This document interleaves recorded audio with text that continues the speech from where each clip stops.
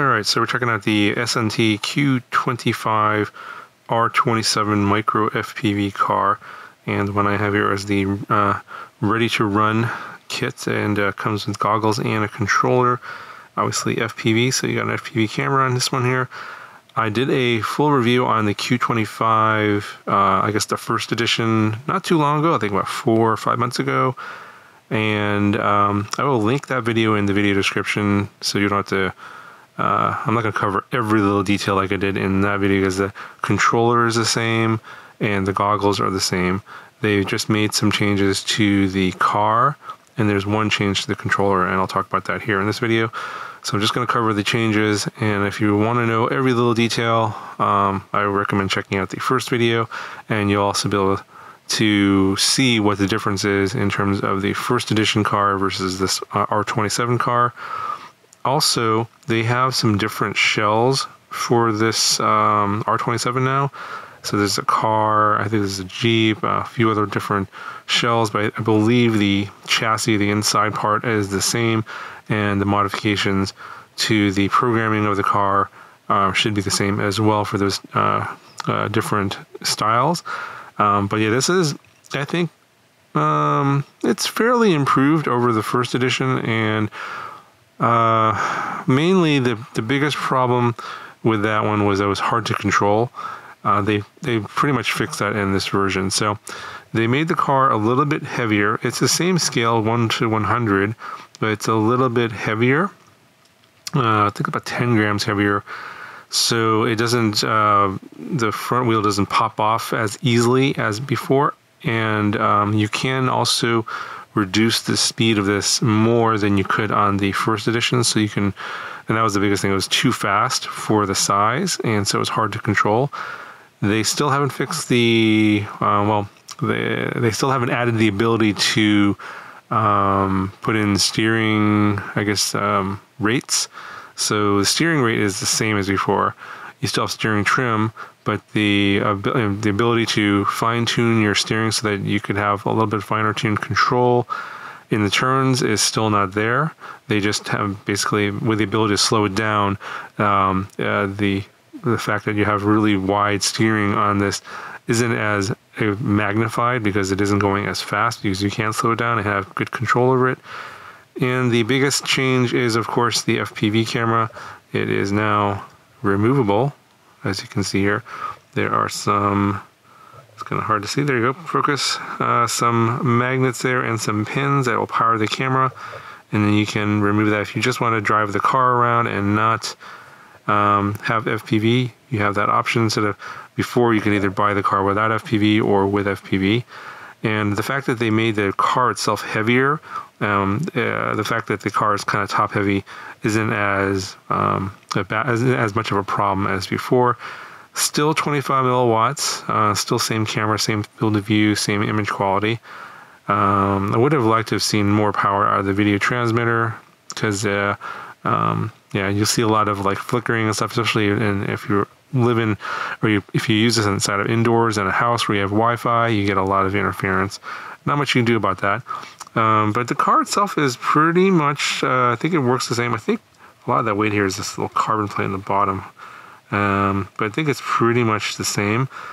And USB-C charging here, on off here. You got lights on the bottom. You can change those colors here on the switch right here. You have different colors available to you. You can turn the headlights on and off, different colors.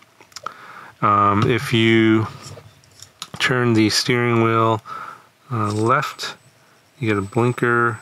See that blinker there? Left, right, you get a right blinker, and you have your forward and backwards, and you go backwards, you get the brake. So I'm not sure if there's no turning lights on the, it's just headlights on the front. So I believe that's the same as before, and the camera is the same as where there's a little button here you can change the channels. The goggles are exactly the same as before, so watch the previous video if you want to have details on the goggles. You can just buy the car and the controller separately if you don't want the full kit. You have to go to the website. You'll see you can buy just the car by itself. If you want use multiple cars with the same controller, buy the car and the controller together. There's different bundles, and of course different chassis available. There's also in the kit that you get a blank chassis, or in this white one here, so you can paint it yourself if you want. That's included in the kit. The only other thing that I noticed that was different is the ability to use AAA batteries. So before they would give you a 18650 battery in here, but now you have the ability to just use this little, I guess, little converter tray here, and they do include these little AAA batteries as well as some spares. But you can also, I believe, just swap that out for an 18650 LiPo and charge that up and use that. And I think that is it in terms of all of the changes. So as I mentioned before, they've changed the programming on the car so you can reduce the power or the speed. So you just have this little minus button here and the plus button. So basically, to reduce the speed, you hit this button a few times and the controller vibrates. You want to make it faster, hit the plus button.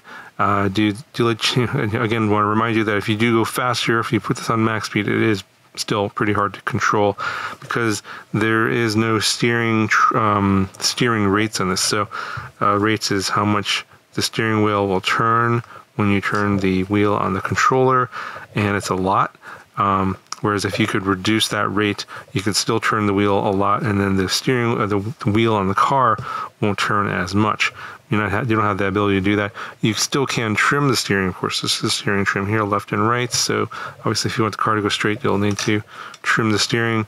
That's still there. You just don't have the ability to have steering rates, so you can reduce the rate. At least not as far as I could tell from the controller. Perhaps they'll add that in a future version. But once you slow the car down, it is very much more controllable compared to before, even with the fixed steering rate. Yeah, so that's it for this video. Really not a whole lot to say, or not much more to say about this one. Watch the previous video if you want to see the overview of the goggles and how the previous car performed. This one is definitely an improvement over the first version, so glad they took some of that feedback that I presented in that first video to heart, and adding the weight on this here, and also letting it slow down more definitely helps it to be a lot more controllable. So that's, again, still fun. Definitely more fun than the first version because you have much more control over it. And I didn't have they didn't send me 4 of these like some other people did, and got 4 of these, I guess. And we're doing races and stuff like that. But you can definitely do races with this one. I'm sure that'll be pretty fun if you get a group of people together, do some FPV car racing in the house. And well, don't have much more to say about this one. Links down in the video description if you want to check it out. That'll do it for this video.